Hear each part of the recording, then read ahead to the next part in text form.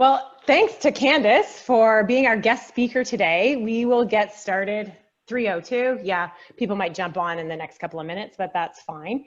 So Candice, for anyone who doesn't know her, worked for Flight Center for 10 years and just started doing her own business last March, I think it was? Yes. So just over a year now that you've been running your own stuff. But Candice also worked in Healthwise for 3 years as well. So Candice really understands our business and knows what it's like to be a flighty. And that's why this is going to be a really awesome nutrition session with her. So let's just talk about you a little bit, Candice. Tell us a little bit of your background and your certificates. That was our fun LA conference a couple of years ago. That was such a fun conference. Yeah, so I worked for Healthwise for 3 years. I really got into the health and wellness space when I was actually a flighty working out of Calgary, and that's what transitioned me to Vancouver.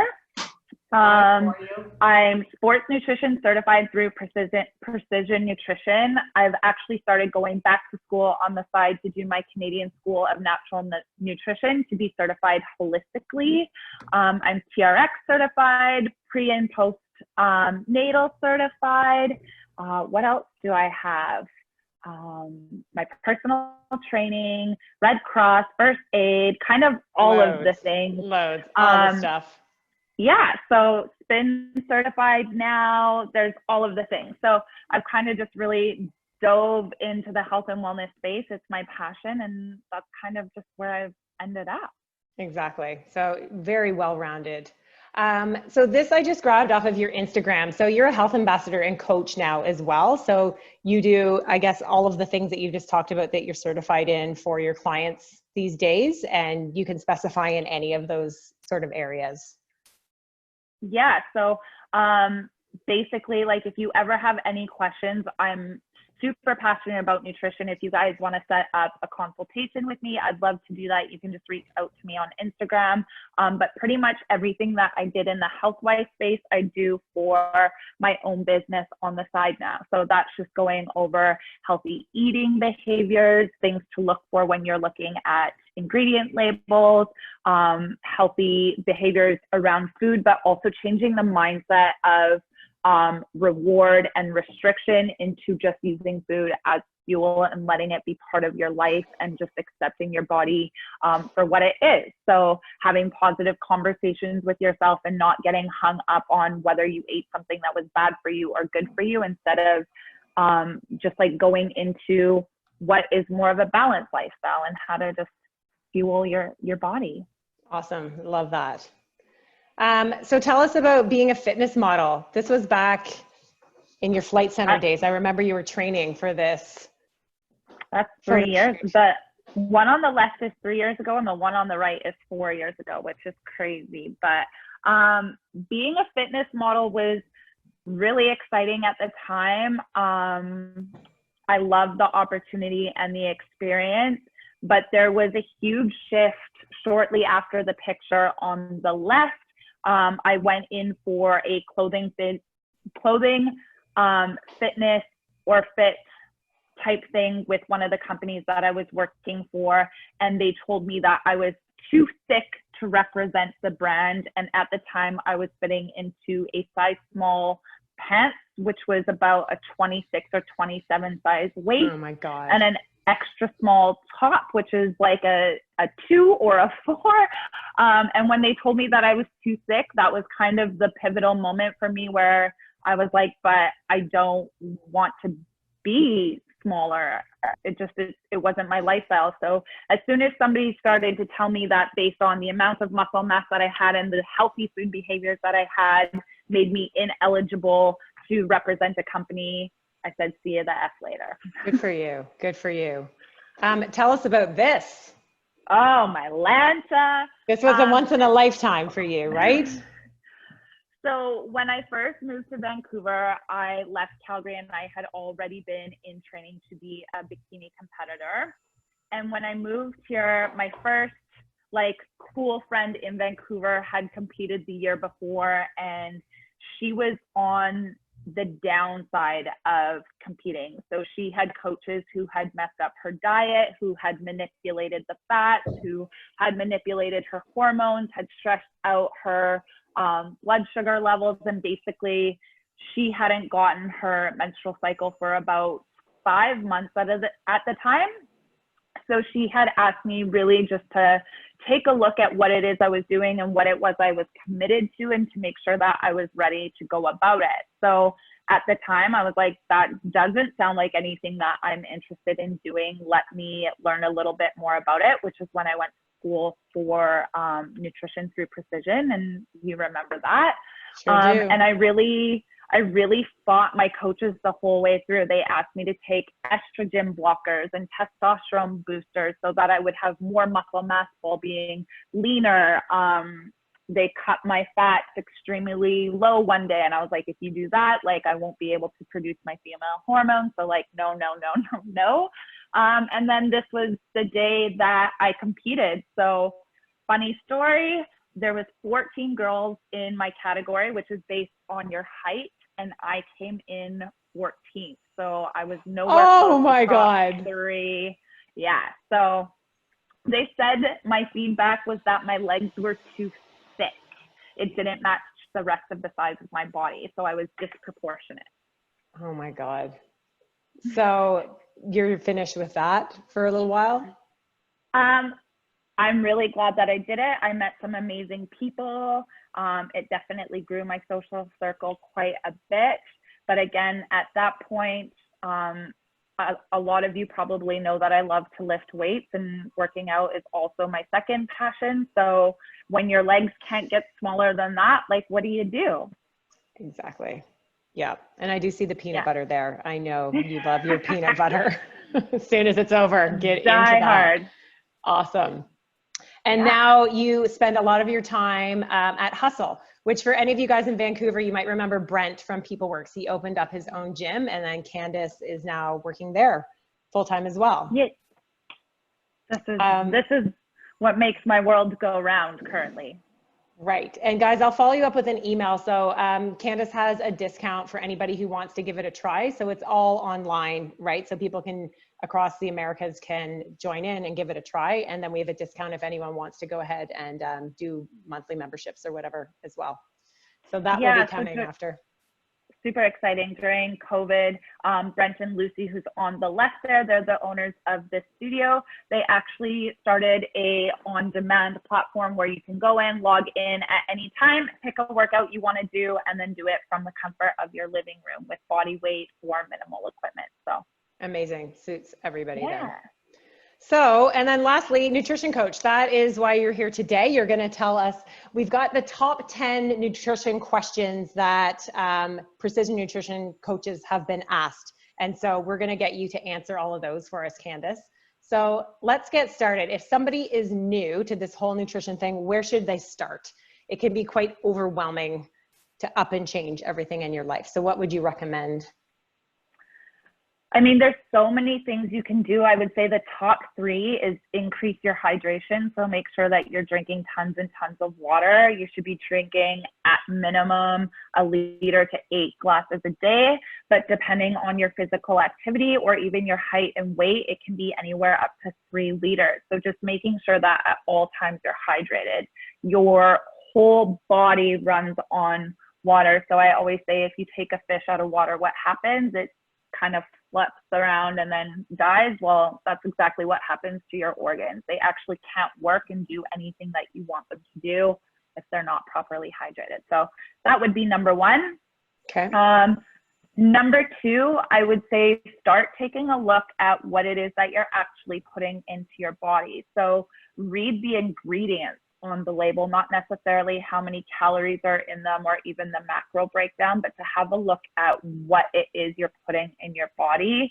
If it's not a whole ingredient, if it's got chemicals in it, then I would say that's where you start, is just to slowly start making your own meals or start implementing whole foods into your diet. So that would be number 2. And number 3, I think the biggest one is actually a mindset, but it's be kind to your body. So it's really easy to feel like you're never going to get to your goal, or if you indulge in something and you get off track, to really let that like kind of overwhelm you or make you feel bad about yourself. But remember that this is a process, and just like saving money, you don't automatically have $10,000 in your bank. You start off with like $1 or 10 and you slowly build. So just start small and add on. Amazing. Okay. Those sound very doable. Mm-hmm. All right. What's the best diet to follow? Is that even a real question? But I know you get asked it a lot. What would you say to someone who is asking that? Whole food. I mean, every body is very different, guys, and whatever is going on in your gut will determine what foods work best for everybody. So there isn't a specific diet that works for everybody. It really depends on the individual and what their social behaviors are like, what their ethnicities are. But the best thing that you can do is the habit number 2 that I just talked about: eat whole ingredients. So bananas only have one ingredient. Rice only has one ingredient. So choose things that are just one ingredient and eat as much of those as possible. So yeah, eliminate any additives, chemicals, anything processed. Really just try and get down to the nitty gritty of the ingredients. Okay. Nope, Does that make sense? Okay. Yeah. And if you want me to like go into these further, let me know. Sure. And if anyone wants to ask questions in the chat or even unmute yourself and pop in, that's totally fine. I can manage the chat and just pop in as well. So how about counting calories? I know there's a lot of apps out there that count calories. Would you suggest this at any stage in someone's transformation, or is this a terrible idea? What are your thoughts on that? I think that if you're just getting into proper nutrition and you're really trying to like just change your overall health through food, having an idea of what you're eating in terms of caloric intake versus what you're expending is important. If you're eating more than the energy you're putting out, then you're going to continue to gain weight. But if you eat slightly less, then there's an opportunity for that caloric deficit to reduce your weight. If you're looking at a nutrition perspective, I don't count calories anymore, but that's also because I don't want to manipulate my weight. I think it's really important that your mindset around food is, what am I putting into my body? How does that affect my body? And what will that do for me? Until you get through the mindset of using food for fuel and having healthy eating behaviors, counting calories can really, you know, kind of upset you or push you a little bit further. And then you get into using food as a reward or as a penalty or a punishment. And that's just not something that I encourage people to live by. I think that if you eat whole foods, if you know what foods do for your body and how they affect it, then I think that you can make healthier decisions around your nutrition versus just counting calories. Okay, so if someone was just starting out and say they wanted to lose 10 pounds or 20 pounds or whatever it is, would you suggest that they journal their food and see exactly what they're eating like today or the past week, and then see at any point how many calories they're ingesting, and then kind of once you know, and then you don't have to count them anymore? Or would you just go with like, do the whole foods, read the ingredients to make sure you can pronounce things? Yeah, I mean, it really depends on each person. If you're looking at somebody who has healthy behaviors with food and they already have a good understanding of what it is that they're eating, they make a lot of their own meals, and this is kind of like the 3rd or 4th step in their goals to either gain muscle or lose weight, then I would say yes, have a really good idea as to what you're expending and then what you're consuming, and then you can manipulate the food that you're eating from there. However, if this is like your first step into a whole food diet, if you're just getting into nutrition, I would say focus firstly on cutting out chemicals, cutting out processed food, cutting out, you know, all of those little things on the ingredients that you can't read, and start to eat whole foods, and then go into something like this as your 2nd or 3rd step. Okay, that makes sense. And I noticed that you said a lot of cutting out. Is there any opportunity for adding in? So say you always like to have the burger and the fries, but maybe if you added in a salad with that meal, then that would help you get at least some vitamins in there with the bad food, or should you do like a cut out sort of procedure at the first when you're starting out?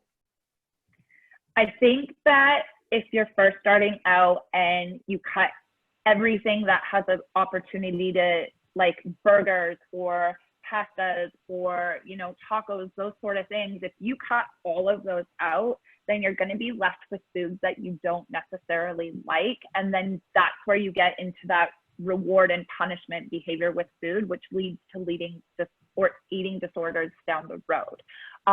If you want to have a burger and fries, I say go for it, but make your burger from scratch, make it from home, use know where your beef is coming from, use oats instead of breadcrumbs, you know, put the egg in there, use the sauces, but then you know what you're putting in your body and you've eliminated all of the preservatives that restaurants, fast food places have to add into your food to keep it lasting longer and keep it fresh. So, you know, if you want fries, cut up a potato, use olive oil, put a healthy seasoning salt on there, and then bake them instead of, you know, frying them in a fryer with sunflower oil or, you know, all of those sort of extra things that you don't need to do. You can still have the foods that you love, but make them yourself and add a salad or put lots of lettuce and tomatoes and onions and pickles and all of the things on your burger so that you have a little bit from every food category. You're still having something that you're craving, but you know exactly what you're putting in your body. That's great advice. Okay, awesome. All right, how about carbs? We hear so much about carbs. Oh no, I don't do carbs. They do this and that to me, or I feel like I feel heavier. Talk to us about carbs, Candice. Okay. Well, you can see actually at the bottom there that there's an orange in this picture. So all of the fruit and vegetables that you eat are actually considered carbohydrates, and carbohydrates are responsible for turning your food into energy. So if you eliminate fruits and vegetables and rices and starches and all of those sorts of things, your body doesn't have anything that it can convert into energy. So you're probably going to feel a little sluggish or tired. You're not able to move as fast. There's no pep in your step. And let's be honest, everybody wants energy, right? What is considered bad carbs would be like your pastas, your breads, and they're not necessarily bad for you depending on the quality of them. But the reason why they get a bad rap is because white pastas, white breads, all of their nutrients are removed from them so that they can sit on a shelf for a really long time. So if you go to the supermarket and you see this whole aisle with all of those pastas, like what has been removed from your food that it can sit there and it can still be okay for you to eat? So if you're going to invest in carbs, I would say, you know, go with whole wheat options, go with gluten-free options, things that need to be refrigerated at all times so that you know that what you're putting in your body has a nutrient value to it. Does that make sense? That does make sense. So because we get our energy from carbs, then you wouldn't say don't ever eat carbs, just try and get the better ones instead of those ones that are stripped. What I would recommend is that half of your plate always be fruits and vegetables, because that is a simple carb that your body is going to be using right away to break down the energy. Then once you've had that, use like a quarter of your plate to have a healthy starch, which would be like a rice, a quinoa, bulgur, like any of those sorts of things that you know only has one ingredient. There isn't a lot of fillers, and then your body can actually keep those stored and it can go to it for energy at any time. So if you know it's been 4 or 5 hours and your body is waiting for you to fuel it again, if you've had some of those starches, then it can go to that, pull the energy from it, and then give you something to go off of. Okay. Candice, we had a question pop up from Kelly. She's asking what is the best type of rice? What would you suggest? Because there's so many different types of rice out there. Mm-hmm. So I actually like to switch between both. So whole grain rice has been not processed, but it's been refined a lot and had a lot of the starches and things like that removed from it. So it's a lot harder on your body and your gut lining to digest sometimes. Whereas white rice, like it's still got like some of that fluff around it and your body can break it down quite a bit easier. So I like to switch back and forth. I would say don't do one all the time, but kind of mix it up. Do like a week of this or one meal of white, one meal of whole grain, and then kind of go through it that way. I like to switch that up. Same with potatoes and sweet potatoes. Like you don't have to stick to one, switch it up. The more variety of whole foods that you have in your diet, the better your body is going to be at breaking it down. As soon as you start to remove certain food items from your diet, your body isn't able to digest them in the same way that they would be if it's a normalized whole food for you. Okay, good advice. Balance. Always. Okay, how about grains? A lot of people ask us, should we avoid grains? Yes or no, and why? So grains are pretty much your carbs. Like I said, I would just avoid anything that's been processed, like white breads, white pastas, all of those things that can just sit on a shelf for a really long time. I would say cut that out.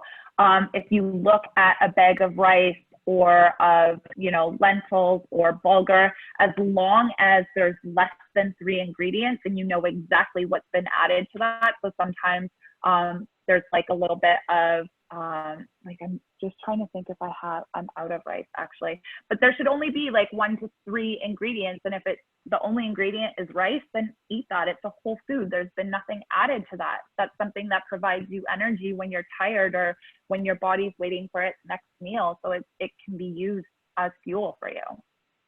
So I would say no. Same with potatoes. Keep those in your diet, guys. Awesome. All right, how are we gonna look like these two? How do we get 6-pack abs? That is a question we get all the time. And we always hear these things, oh, abs are made in the kitchen, not in the gym. Give us your thoughts on that, Candice. So I would say that if you want a really lean stomach and you don't want any of that bloating, any of that extra fluff, yes, it's mostly through your diet and a lot of cardio. But to have 6-pack abs like that girl on the left, your body fat has to be a certain percentage. So for females, she's probably between like a 18 to 23% body fat. The guy on the right is probably at about 10 to 11%. So unless you're able to consistently stay in that range, then it's not likely that you're going to have 6-pack abs. And just for the females out here, if you're considered between 20 and 25% body fat, that is a healthy range for you to be at. Anywhere from that sort of 18 to 20 is considered athletic. So somebody who is like a fitness professional or, works anywhere from 6 to 10 hours a week on their exercise. And then anything less than that 18% is actually not sustainable for a long time and will actually cause your hormones to go all crazy. So why is that important? Your hormones control the way that your body thinks, the way that it feels. It determines your sex drive, the way that your hair grows, your nails, your eyesight, everything that makes a male and a female is all through your hormones. So to be between 15 to 18% body fat, or even where I was for my bikini, like it's not healthy long term. Yeah, that's good to point out what the average should be, what the healthy zone is. Those numbers. And males naturally sit at a leaner body fat anyways. They're usually between 10 to 15%, and that is a healthy range for them. It's when you get to like that 8 to 10% range that they're like extremely athletic, and then anywhere under 8, they're probably likely not, having as much testosterone as they need. Right. Okay. Makes sense. Mm-hmm.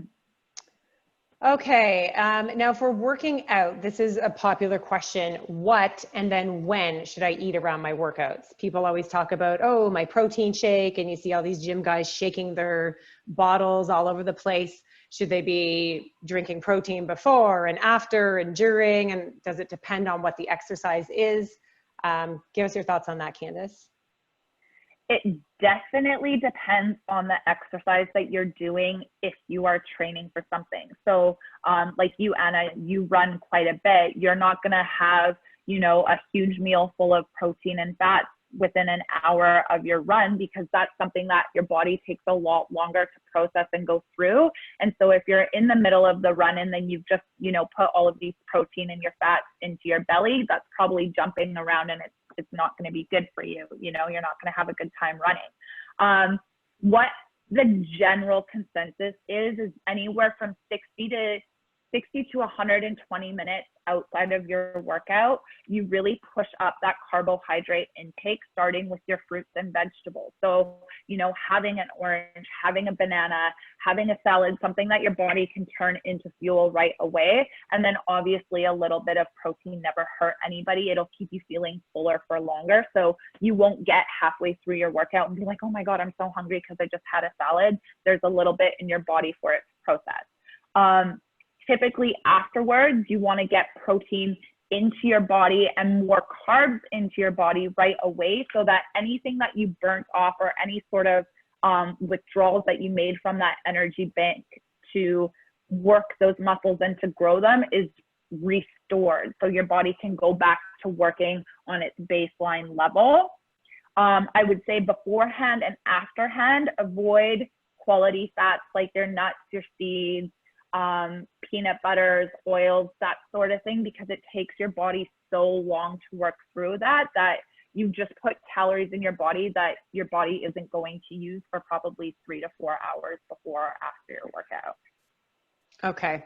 So does it depend? So say I do running, as you said, it's not necessary for me to eat something before I go for a run, or maybe if it was like a super long 20K or something, I might want to have something with me, but I generally do like 5 or 6K. I do it in the morning and I can just go, and I usually have breakfast after that. So that's fine for somebody like me.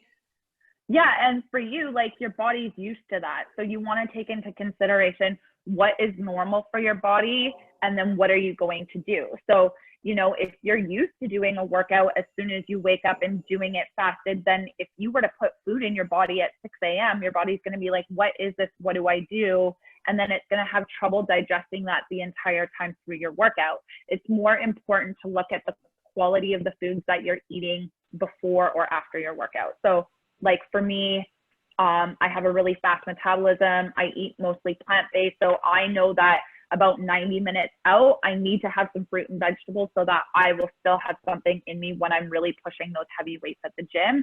And then as soon as I'm done afterwards, I know that my muscles are really depleted. They're sore. So I'm going to have protein. Protein shakes are common because it's very fast to get into your body. It doesn't take long for it to be broken down, but the bioavailability of your protein is usually a little bit better than that of a chicken breast, meaning you're going to get more protein per gram per serving out of a shake versus your body trying to have to break down that protein, get it into the bloodstream and work from there. Okay. So for your regular ham and egger, like just the majority of us who just want to stay fit and just feel and be healthy, then we don't necessarily have to do all of these things with protein shakes and all the rest of it, but just go with what your body's normally used to. So you're not shocking yourself by trying something crazy.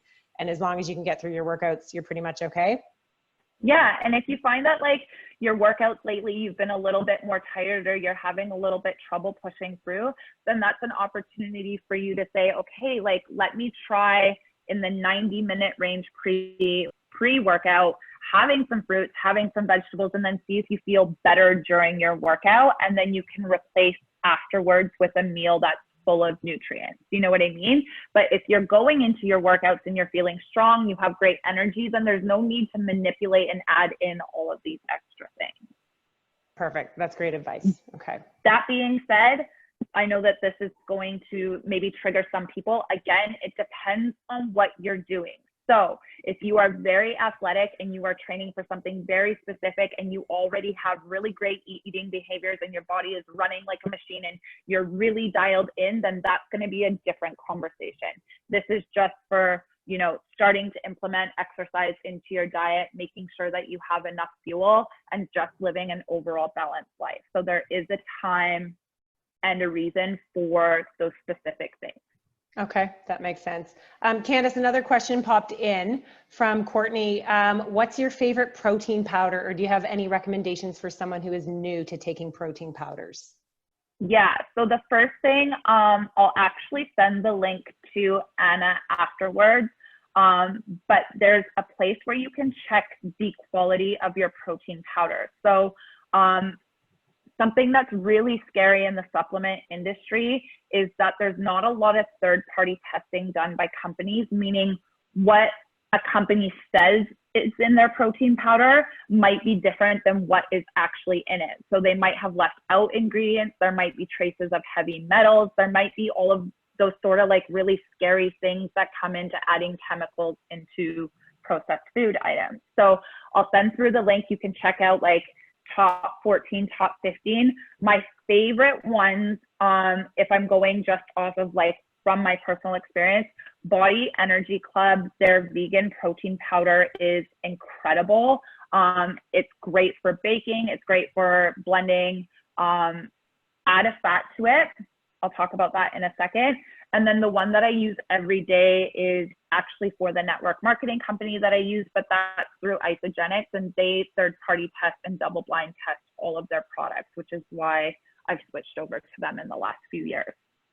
That being said, if you are using a vegan or vegetarian protein powder, check to see if it's fat soluble. What that means is if it's not fat soluble, or if it is fat soluble, you have to add either like an oil, an MCT oil, or a peanut butter, or something along those lines, so that it gets that consistent texture to it.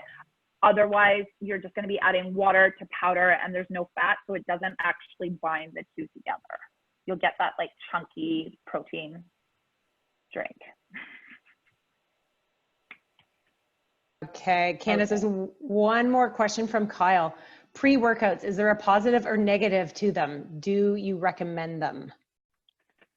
Pre-workout? Kyle, do you mean like working out before your workout or having protein powder? No, it's like a supplement that you can take that has additional caffeine in it that will give you like that extra little pump.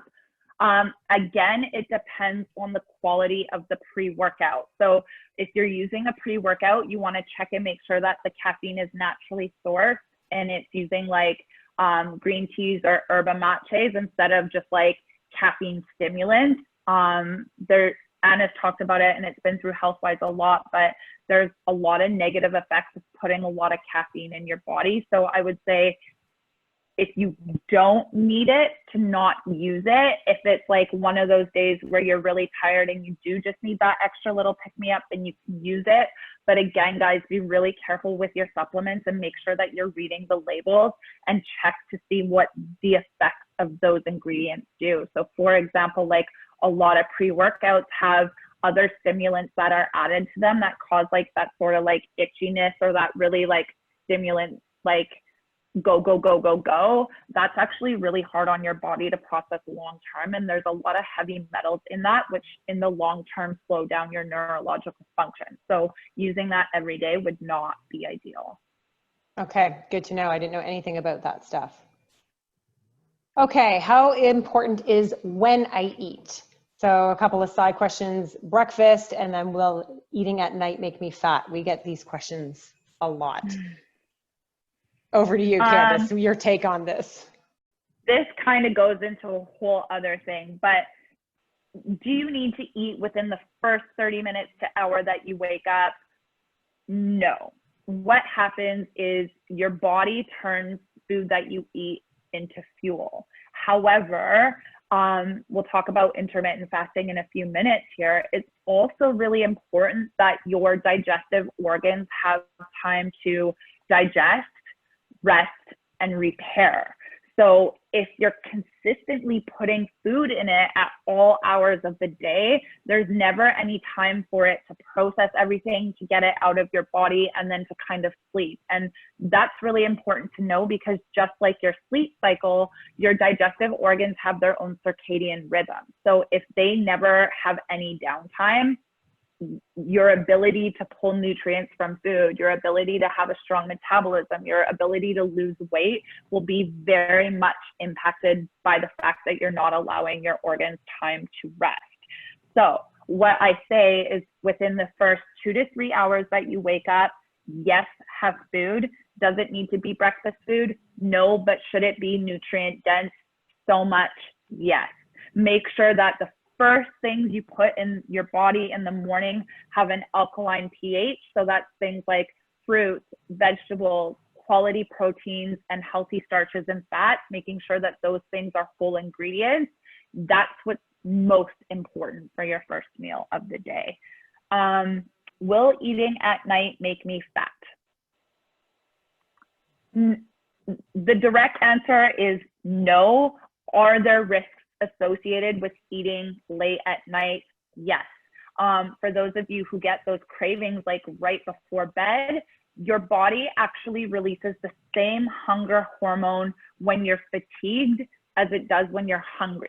So quite often, if you're getting that little bit of like, oh my God, I'm so hungry right before bed, that's actually your body telling you like, go to bed. Like, I want to sleep. Like, so do that.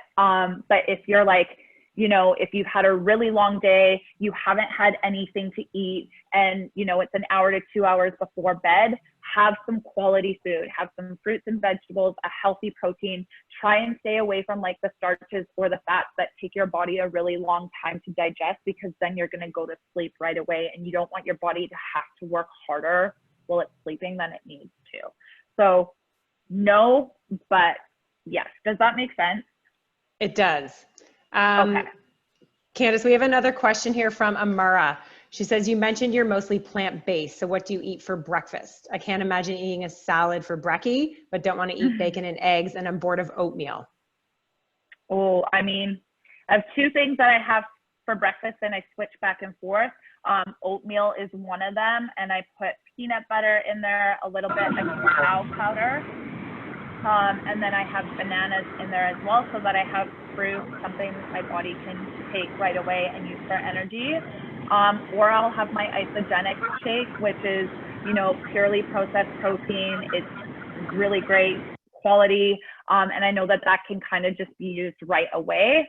If you're looking for something that's a little bit outside of that, I would say have some fruit, because your body can use that for energy right away. And then have either a dairy or non-dairy yogurt, like a coconut yogurt or a Greek yogurt, and use that because it has a healthy fat in there, but it also has a little bit of protein. And then maybe add some seeds to that, so you have a little bit of everything. Okay, great advice. All right. Fad diet. So before I get you to talk about these, Candice, I've got a poll, at least I think I do. And I'm going to ask everybody, have you tried a fad diet? And if so, which one? So if you guys see that up on your screen now, please just have a little fun with us so we can see. And then Candice, I'll share the results so you can see what's happening here. So far, we've got winning is no, never tried one, few ketos, few paleos, Atkins, South Beach, couple in each of those categories. We'll go for another few seconds, give everyone a chance to answer. Like Kelly, who's putting her groceries away. Come on back, Kelly. Tell us what you're doing. I answered already. Oh, good. I can't see who answers. It's an anonymous one. Okay. I love it. So no, never tried one, actually won. So let me share the results. I don't know if you guys, can you see that on your screen? Yeah. Okay, so keto looks like the most popular of the diets. So let me get this off the screen. And Candice, talk to us about these sorts of diets, pros and cons maybe. So paleo, Whole30, I'm big fans of those. And the reason why I'm big fans of those is because they preach whole food. So things that haven't been processed, things that don't have added ingredients or chemicals into them. So if you look at a Whole30 diet, basically what they say is, unless you know exactly what's in it, unless you can make all of those ingredients turn into a sauce itself, then you can't have it, because you're adding in chemicals and things that your body just can't break down. Keto is a very popular diet, and for some it can be extremely successful, but 90% of people do keto wrong, and the long-term effects on that is the fact that it manipulates your hormones to the point that when you do start to add in carbs or whole foods diet, your body is so used to one thing that it can't process even whole ingredients. So keto is not my favorite unless it's done specifically, like precisely to a certain percentage, or unless that is what your body is able to digest. So let me get into that a little bit more. Whole food diets, like we've talked about this entire time, are my favorite foods to eat. That's consistent with the Mediterranean diet, which focuses a lot on fresh produce, quality fats like olive oil, healthy grains. Paleo is the same. It just doesn't have a lot of starches in there, but all of the meats and everything that is in that is whole ingredients, and you know exactly how it's been processed. What is keto? So your body uses carbs, so your fruits and vegetables and your starches, to turn into energy so your body can work and has fuel to go. What happens is in that whole food diet, your fats are solely responsible for affecting the way that your body produces its hormones. So like we talked about earlier, your happy hormones, your sex drive, the way that you're able to think, depression, like all of those sort of things come from the quality of fats in your diet. So whether or not you can grow long nails, what the quality of your skin is like, your eyesight, that comes from fats in your diet. When you go to keto, you're switching the way that your body works to using fat as your energy source, and carbs is like, it has to be so minimal so that your body can use the fats as its energy source. So what happens is your fats need to be between 85 and 90% of your macro balance intake. Then what happens is about 10% is protein, and then 5% of your daily intake has to be carbs, and it can't be starches. It has to be like blueberries, leafy greens, things that your body can process easily because it's going to be so busy taking the fat and turning it into energy. So if you don't have an idea of how many calories you should be eating, if you don't know what 85% of your caloric intake should be designated to quality fats, if you can't list 5 to 6 quality fats and know the difference between quality fats and cooking oils and all of the things, then what you're doing is you're pumping your body full of all of these fats that control your hormones. And as soon as you come out of that, your body now has to figure out how it's working again. So keto isn't usually very successful for females because there's so much of our body that responds to hormones and the way that that's processed. And then again, like anytime that you come out of that diet, you have to slowly wean yourself off of it so that your body gets used to processing carbs again. And as soon as you go from fats as your energy source to trying to put carbs back in your diet, if you don't do like a reverse diet and come out of that for 3 to 6 months at a time, slowly introducing 5 grams of carb per meal per day, then your body's going to be really stressed out and not know how to work or not know how to function. Wow. I will stay away from the keto. I was never a fan of that one anyway. Okay, that was really informative. But that being said, each person has their own individual gut microbiome, which is the brain of your gut. And some people are very intolerant to certain carbs. So if you're intolerant to, certain types of vegetables, or you're intolerant to starches or into vegetarian proteins and things like that, then keto can be beneficial, but it's very specific. It requires exact precision, and you have to know, and you have to kind of be counseled to come back out of it. Otherwise you F up the whole design of your body. Wow. Okay. Awesome. What are your thoughts on intermittent fasting? Intermittent fasting, time restricted eating, I'm a huge fan of. So like we talked a little bit about, your gut organs have their own circadian rhythm, just like you need between 6 to 8 hours of sleep. Your organs actually need time to be able to digest, rest, and repair. So do you have to cut off from 12 a.m. to 8 a.m. every morning? I say no. I try to eat in a 12-hour window every day so that for 12 hours a day, my body can use everything that I've put into it as an energy source, and then it can repair.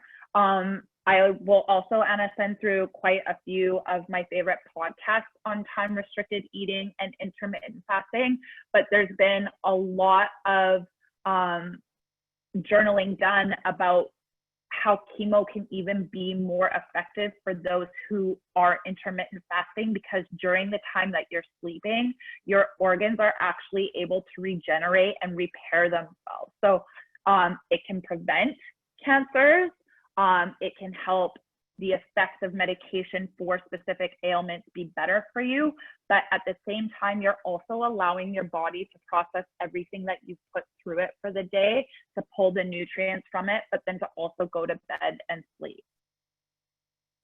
Wow. Okay. 12 hours sounds doable, because you hear all these different, oh, I'm only allowed to eat for this 1 hour in the day. And, you know, all these different, I guess, times where people say, oh no, it has to be 18 hours or whatever it is, but 12 hours definitely sounds doable for most people. They say that 8 hours of an eating window is the best, but again, like everything, is all about balance. If you're used to eating, 16 to 17 hours out of the day, and then all of a sudden you're trying to get into that 8-hour window, well, guess what? Like, you're not going to be successful. Your blood sugars haven't ever had to regulate. So you're going to be hungry. You're going to be irritable. Your body's not going to know what to do with food when it's not getting it, or what not to do with the no food that it's getting. So it's all about slowly introducing habits.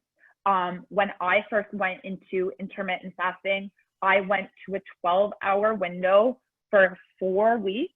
And then at 4 weeks, I went to an 11-hour window. And then at 3 weeks, I went to a 10-hour window. And now, just based on how crazy my schedule is, I can't get the amount of food that I need to eat in my body between 8 to 10 hours, which is why I'm back to the 12-hour range. I find that I can consistently do that, and I can make good food choices when I'm eating within that time period. But it doesn't have to be all at once. Okay, that makes sense. Candice, we got a question off this topic from Zoe. Thoughts on carbonated water to increase water intake? Bubbly, for example, ingredients say carbonated water and natural flavor. Are there negative side effects to these? Okay, so carbonated water over juices and pops, 100% yes. Carbonated water as your main water source, I would say no. And the reason why is it can pull calcium from your bones and can lead to osteoporosis long term if that's all you drink. So if you want to have carbonated water and add lemon to lime to that, or use that as kind of like your exciting drink for the day, or have it at dinner, is just something to be in a social setting where you feel good about the choices you make, 100% yes. Make sure that there's, no sugars added and things like that, just like you said. But as your main hydration source, it actually can dehydrate you and pull calcium out of your bones. You know everything. I love it. Great answer. I never would have thought of that. I didn't know that about calcium. All right. What are your thoughts on detox or juice cleanses? I'm a big fan of cleanses to get rid of all of the processed items that you've put in your food. And I try to cleanse once a week, but I do a supported cleanse so that I'm making sure that I still get all of my vitamins and nutrients that I would be getting if I was eating food. A detox, I say, is great because mostly that means you're eliminating sugars, you're eliminating alcohols, you're eliminating a lot of food items that cause inflammation, and that's great for your body to not have those once in a while so that you can process it. Juice cleanses are typically used to lose weight. But at the same time, what happens when you restrict all of your calories or the foods that you're eating, you're also restricting the amount of micronutrients, so the vitamins and minerals that you're consuming. And when your body doesn't have the vitamins and minerals that it needs to support itself, that's where your body starts to crave things. That's where your body feels weak. That's where your body is, you know, having that desire for chocolate, when in reality it's actually like a magnesium deficiency or something along those times. So juice cleanse, you'll probably lose a little bit of pounds, but you're also decreasing all of the micronutrients that you're putting into your body. And then as soon as you go back to eating normally, well, guess what? Like, you're going to go back to that weight. So I would say detox and cut certain triggers out of your diet for as long as possible, and allow your body the opportunity to process whole foods as much as possible without, you know, the alcohols, the sugars, the chemicals. But yeah, I would say juice cleanses are not my favorite. Okay, good advice. And this is the last question I think that we have preset. So Candice, how can I improve my sleep and stress management? Ooh, there's so many things that there's you a can million. do. Give us your top few. Turn your phone off. Like, try and for at least an hour before bed or 2 hours before bed, turn off any sort of media. So your TV, your phone, those frequencies actually put your brain into a meditative state where you're not processing or thinking at the same rate that you should be, which is the danger with watching TV for so long. So what happens is, when you take that away from your sleep cycle for an hour to 2 hours, your body's actually able to calm itself and get some of those bad radiation frequencies out of it. Journaling is a great one. So I try being the key word. It doesn't always happen, but write down, 3 to 5 things that you're grateful for every night. And instead of writing down like, I'm grateful that it was sunny today, or I'm grateful that I have my family, like, write down why it makes you grateful. Like, I'm grateful that I have a healthy family because it means that I don't have to worry about them. And when you look at like the underlying reason behind why you're grateful for something, it actually has a lot more impact. And when you're in a happy place, or when you're not stressed out, you're able to get into that sleep a lot better. What else? I mean, meditation is great.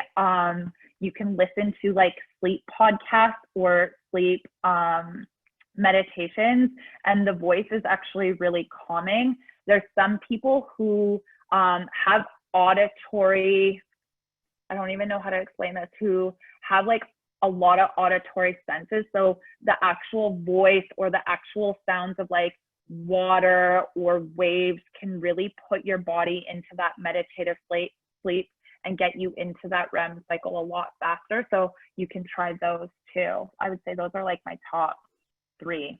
Stop drinking water 3 hours before bed if you can, so that you don't have to wake up and pee in the middle of the night. That is a good one. That is a good one for sure. Okay, awesome. So that's just the information there on that page. And as I said, guys, I'll send you an email with these details, but that is the discount and the free trial information and links. So we'll send those out if you want to work out with Candice. And then I'll just open it up. What's the time? We've got about 5 minutes. If anybody has any other questions, you can either unmute or go in the chat. And if, oh, here comes some chats. Thank you so much for this. Not a question. So, Amara saying she's struggling with meal ideas through COVID. Okay. Would you recommend the same ideas over and over is the second part of that. The same ideas or the same like meals? Maybe meals. Meals. I always say try and have a variety. Like I said earlier, like the more that your body is used to processing something, the less able it is to process foreign items. I'm a very big fan, after having been through sort of the food habits and the discipline that I've had to have through my fitness career to eat what I want. So for example, if I'm craving a burger and fries, I make it from home and I try and use black beans. If I'm craving tacos, then, you know, I'll have tacos, but I'll avoid the shell and have like a huge taco salad and make sure that I load up on the healthier things like the guacamole or the vegetables or the jalapenos or the spices. I just had a conversation with one of my clients today, and he felt bad because one day he ordered fried chicken last week. And instead of being disappointed that you gave into something that you were craving, a better behavior is to figure out how you can make that work for you. So order the fried chicken, but maybe have one piece and have it on a salad and have it be like a fried chicken salad, or, you know, make that fried chicken from home. Find a recipe where you can use quality ingredients, have that, and then not feel guilty about it. So it's more about what are you craving? How can you make the best decision around that, and then implement it into your plan, and don't feel guilty about it. As soon as you start to think as food as a reward or a punishment, you're either really going to be excited for yourself or you're going to be really mad at yourself. And if you think of how negative words affect living things, especially plants, if you're constantly having negative conversations with yourself, and especially around food, you can't expect your body to work for you. And I promise you, because I've lived through it. I went through a really bad cycle where I wasn't overeating, but I had been so disciplined and so tracked for so long that when I came out of that and tried to eat just a whole food diet, that I was constantly being negative to myself. And then that led me to eating things that I wouldn't normally eat. Like, I don't eat bad foods. I don't crave sugars. And I've worked really hard to get there, but I was eating it because I was being mean to myself about eating foods that I normally wouldn't eat. It's a cyclical cycle. Okay, and then there's one more question in here, Candice, from Stephanie. Do you count your macros, and is there a formula or an app that you use? I don't count my macros personally anymore. And the reason why is not that I'm anywhere close to having children, but when I do have a family, I don't want to be measuring my food or putting it on a scale. I want to be able to sit down and teach my children how to live and eat balanced meals by making healthy food choices. So I don't do that anymore. Is there a time and a place for it? Absolutely. If it's like the last 10 pounds of your goals and you really want to narrow it in and you have a healthy relationship with food, then go for it. Katie Hearn, so Katy Hearn, Hearn macro calculator is the one that I find the best in terms of overall averages. It puts into effect your age, your height, how often you're working out, and what your goals are. And then it'll calculate what you should be eating for there. But that's based on a whole food diet. So if you're a plant-based eater or if you are eating keto, then the macros aren't going to be exact for you. But again, making sure that going into that you have a balanced relationship with food, because if it's constantly about calories and about macros, then quite often what happens is you eat things that have processed items in them or chemicals in them because it fits into your caloric intake instead of, you know, trusting that your body knows what to do with whole ingredients. Awesome. Thanks, Candice. And that's all the questions that I see. So a huge thank you to you, Candice, a wealth of knowledge, a full encyclopedia that you are. I think that was an awesome session.